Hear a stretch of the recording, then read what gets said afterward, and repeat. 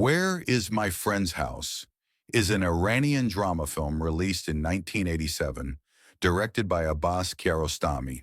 This film marked a turning point in Kiarostami's artistic career, earning him widespread international recognition. A strange coincidence occurs in Where is My Friend's Home. As Ahmad shuttles back and forth between the towns of Koker and Poshte, trying desperately to return his classmate's notebook. In each of the two towns, a man, who in each case happens to be a door vendor, alters the course of Ahmad's journey. Even if doctor salesmen are more common in the mountains of western Iran than elsewhere in the world, the coincidence seems improbable and therefore significant. Doors play a conspicuous role throughout the movie, and the difference between the two door merchants will be the key to an ulterior meaning. The opening shot is a door, the door to Ahmad's classroom, where his friend and classmate Mohammad Reza Nematzadeh gets in trouble for not writing his homework in his notebook. Ahmad will spend most of the movie looking for Mohammad Reza's home, so it's only natural that we'll see a lot of doorways. But even so, it's pretty clear that the movie puts a deliberate emphasis on doors. Some are memorable, like the blue door at the top of the stairs, or the ornate double doors near the end of Ahmad's back-and-forth journey that make him realize the old man has led him to the wrong Nematzadeh house. Ahmad meets the first door vendor when he backtracks to his hometown of Koker in the middle of his trip. The door vendor is negotiating with friends of Ahmad's grandfather and ignores the boy except to demand a page from the notebook he's carrying. Ahmad then follows him back to Poshtei, believing him to be Mohammad Reza's father. This merchant boasts that his practical modern iron doors outlast wooden doors and keep houses warm inside.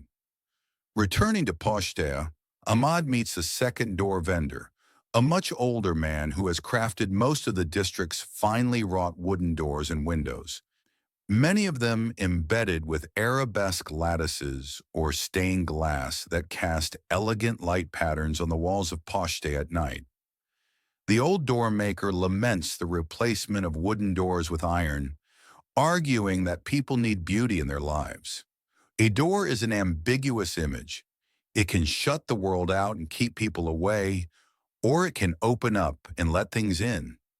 The two door vendors are a contrast not only in style and materials, but also in attitude. Neither is wrong about the advantages of his doors, but each cares about different values. One wants to separate inside from outside, to keep nature at a distance, while the other sees doors as portals to a beautiful world. Each of the two men has an additional secondary trade. The merchant who sells iron doors also makes shutters, whose purpose is to block light and air. The old craftsman who makes wooden doors also makes windows, which are openings to the world. The older man is the only adult who pays any attention to Ahmad, and the movie unmistakably takes his side. The iron door salesman won't give Ahmad the time of day, but the old man has a long conversation with the boy, tries to help him find his friend, respects his wish to hurry home, and gives him a flower which we find decorating the notebook in the final shot. The last significant appearance of a door is at night, after the journey when Ahmad is completing his friend's homework. Suddenly his door blows open. Obviously, this is not a heavy iron door because it lets wind into the house. But the inconvenience of the wind is counterbalanced by the beauty of sheets blowing in the courtyard. A heavy door could have shut out this force of nature, but Ahmad would have been poorer for it. By making the old doormaker so much more sympathetic than the merchant of iron doors, the movie favors openness to society, to nature, and to the world in general. These implicit values have a political aspect that a movie in Iran cannot express directly. Iranian movies often feature children, not only because of the nation's booming population, but because stories about children are a safe subject in a country where religious strictures, forbid displays of immoral passions like crime and lust. On the other hand, the outwardly innocent subject of children opens up opportunities for veiled criticisms of authority, especially because relations between children and adults can so easily be likened to relations between citizens and their rulers. The society in Where Is My Friend's Home is tyrannical to children. Adults constantly give them orders, and rules smother their freedom. Be quiet in the classroom. Do your assignment in a notebook. Bring me a diaper. Get some hot water from Granny. Don't wear shoes upstairs.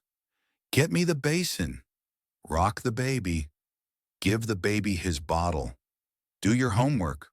Go to the bakery. Throw me the fallen sheet. Go get my cigarettes. Give me a page of paper. The point is not only the constancy of these demands, but that the adults are so unreasonable. Who could watch this movie without feeling that the teacher is grossly unfair to Mohammad Reza, or that Ahmad's mother is unjust in refusing to let him return the notebook? Adults ignore Ahmad whenever he tries to assert himself or ask a question. The first door merchant takes a page from the notebook, ignoring Ahmad's objections.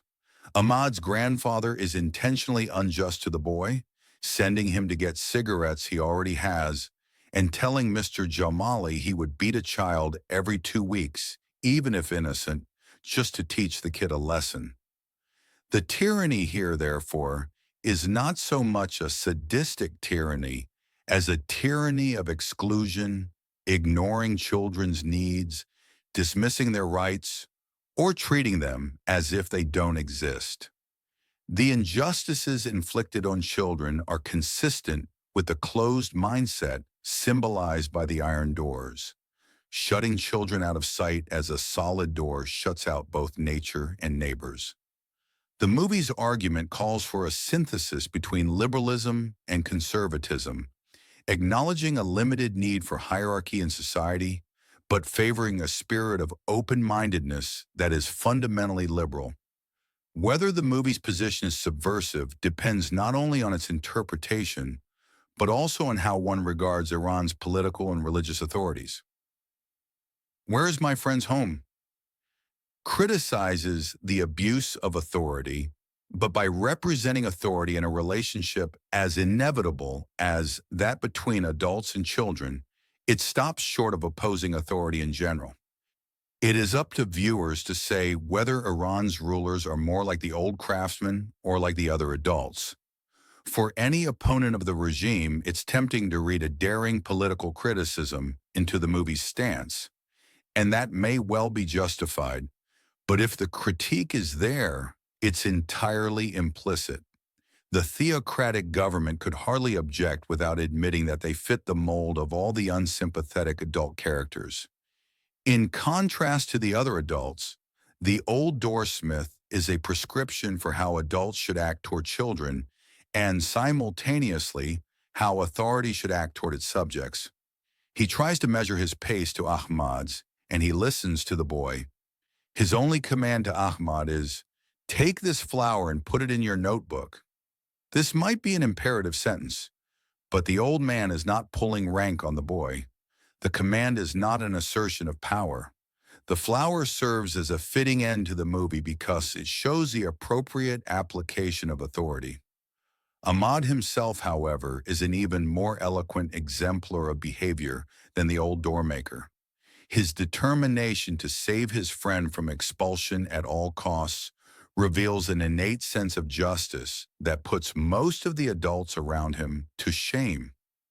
The movie's most subversive quality is the way it upholds Ahmad's act of conscience above blind obedience as the essence of virtue.